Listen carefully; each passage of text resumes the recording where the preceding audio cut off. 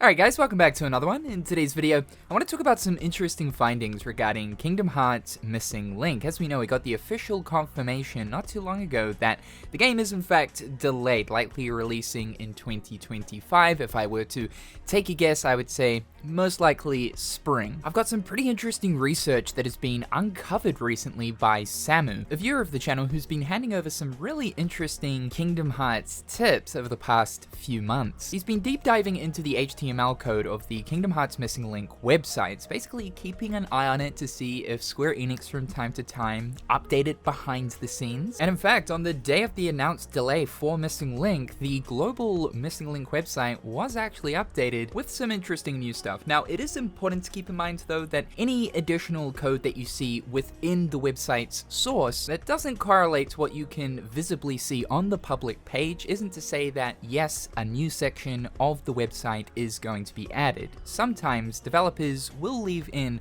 leftover pieces of code either accidentally or with no real purpose behind them. So viewing the JSON file of Missing Link's website, under the glossary section here, we can see a bunch of new sections that currently aren't visible on the public website. It's likely that some of these new additions will be made visible when Square Enix get to the point of the full promotion phase of Missing Link leading up to the launch. Because if we look at the Missing Link website right now, at least looking at the global one, it's very basic. Unlike the incredibly fancy Japanese version, the English one here is very basic, with only having pre-registration information coming soon at the top with the logo and the teaser trailer with a small synopsis of the game down below. So something interesting here is pre-order now and buy now. This doesn't make sense as Missing Link is a free-to-play mobile game. The only thing I can really think of in terms of a pre-order option for a game like Missing Link would be something like a starter pack or a founders pack, some type of bundle that gives you a bunch of items for the game's launch. But typically, these types of things are purchased within the game itself, and there's never generally a pre-order option for them. I know some people are probably thinking to themselves, oh my god, have Square Enix decided to completely rework Kingdom Hearts Missing Link into an actual video game? Alright, simmer down fellas, let's not get too ahead of ourselves. There's an apply section here, which could be for pre-registration. It's also possible though that this has been left over from one of the closed beta tests. We can also see view more, view all media, and media title latest images. So again, there's no additional sections of this website. It would seem that as we get closer to launch, the website will eventually be updated with media sections where we can see some of the latest images and videos. This is typically what Square Enix do with their Kingdom Hearts websites when the full promotional phase is happening. There is also a play button section, which is very curious. Now at first I was thinking that this is likely the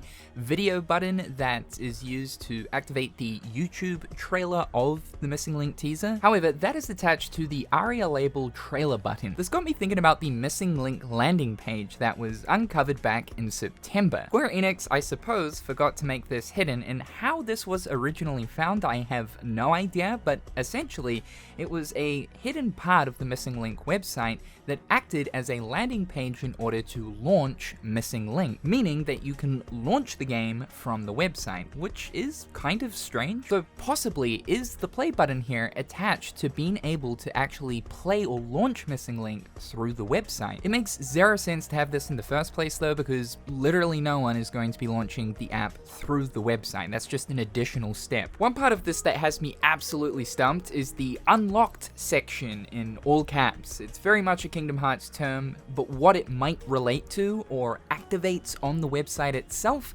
who exactly knows? If it means I get to unlock the game right then and there, believe me, I'll be spamming the ever-loving shit out of it. Something else that's quite curious that was discovered by Samu is Square Enix's testing servers that are used to test the game, that go under the Fungor codename. These are QA servers, which QA servers are built for the purpose of beta testing online games. Square Enix has 4 of these set up for Fungor, meaning Missing Link, and this can be for either public or for private testing. QA Server 1 was created on the 22nd of November 2023. We're guessing this is the one that was used for the very first Missing Link beta test, as that aligns up with the creation date of QA Server 1, where beta test 1 started at the end of November and went through until early December. QA Server 4 is the most recent one and was created at the end of March. Of course, we don't know what QA Server was used for the second beta test that happened at the beginning of May. However, this QA server was updated only a month ago. So this could mean a couple of things. The first one being perhaps maybe Square Enix are actually planning on a third beta test. And I know most people are probably going to sigh over that idea because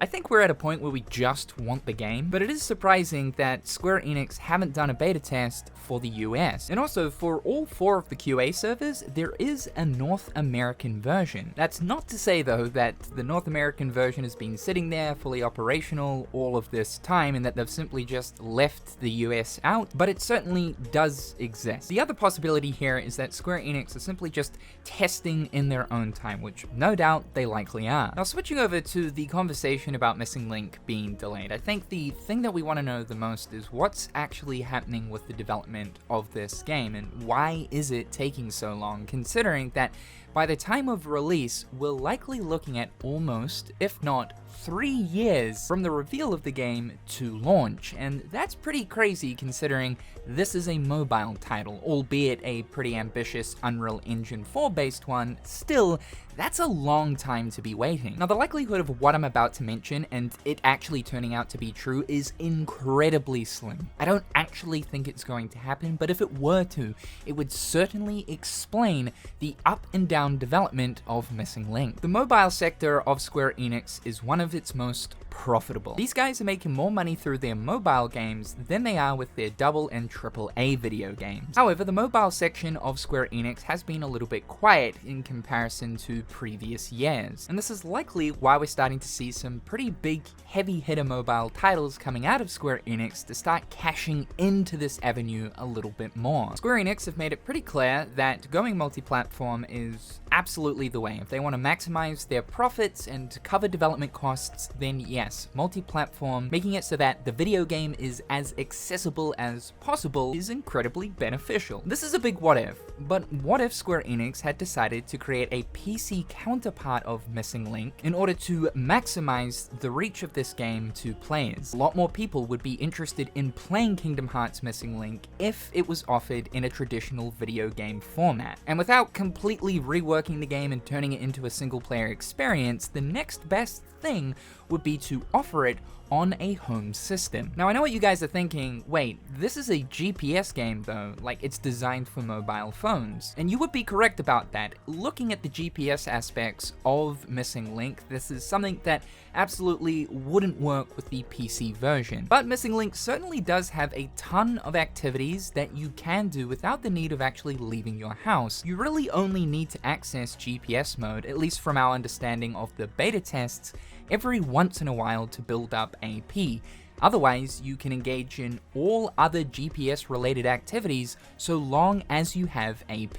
This would almost be like the Nintendo Switch ecosystem type idea, where you take your phone out to engage in the GPS side of things, collecting AP, and when you return home, you can jump onto the PC version, log into the same account, and engage in all other activities. This is an Unreal Engine 4 game, and so the process of bringing it over to PC wouldn't be overly too complicated. The game already has complete controller support, and it does actually look like a title that should belong on a home system. Looking at Final Fantasy VII Ever Crisis, Square were pretty quick to bring this to Steam, again in order to maximize the reach and their profits of this title. And out of any mobile game that Square Enix has made so far, the one that makes the most sense to get a Steam or PC release would be Kingdom Hearts Missing Link. I still don't really understand why Final Fantasy VII Ever Crisis is on PC versus Kingdom Hearts Missing Link, especially considering its active real-time combat system would be so much more comfortable being played on a big screen on PC with a controller. If Square Enix were to really do this, this would almost be like a Kingdom Hearts MMORPG. And if it isn't something that happens at the launch of the game on day one, I could certainly see Square Enix following up with a PC version sometime in the future. I think the real reason for the delay though is simply just the preparation of content. I want to go back to something that Tetsuya Nomura mentioned in December of last year during the focus group Q&A. Someone asked Nomura about if the game's story will have actual voiced cutscenes, not just it being completely text-based like we saw in Union Cross. He mentioned that not all of the cutscenes will be proper full-blown cutscenes with voice acting, because if we make everything to the level of this prologue, it will be more than a year before Missing Link releases. I've already shot enough cutscenes for the official release. Now this was back in December of last year. Perhaps they've decided to make more actual cutscenes for the game. And remember, for the second beta test, we got to see more cutscenes, though it was all in Japanese. Clearly at that stage, English voice recording hadn't been done. This wasn't a great sign, by the way. This kind of let us know that, well, if they do plan on releasing the game in 2024, you would think that for what is supposedly meant to be the final beta test, there should be English voice acting. Another question that was asked was how big will the scenario be when the server starts? Nomura mentioned that there are so many new characters, voice dialogue, cutscenes, and they're reviewing the structure, but they don't have any intention of making it compact. It will be about the same size as the previous Kingdom Hearts. He's basically saying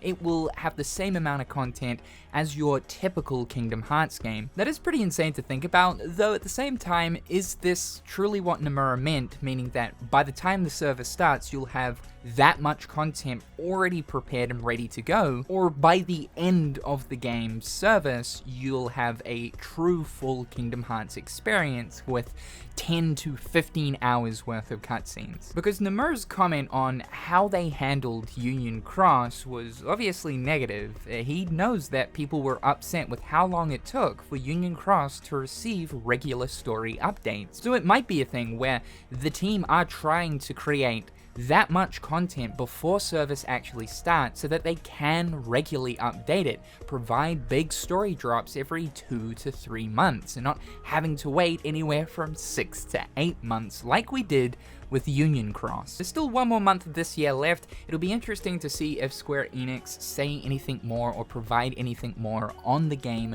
before we go into 2025. We know that we've got the Game Awards coming up. Yeah, it'd be pretty cool to see a new Missing Link trailer debut there to provide the new release year and a proper release month. However guys, thank you so much for tuning in. Be sure to leave a like on this video as it helps me out a lot. Subscribe to the channel if you haven't already. A big thank you to my patrons. I appreciate the support. I hope you're all having a fantastic day, and we'll talk real soon.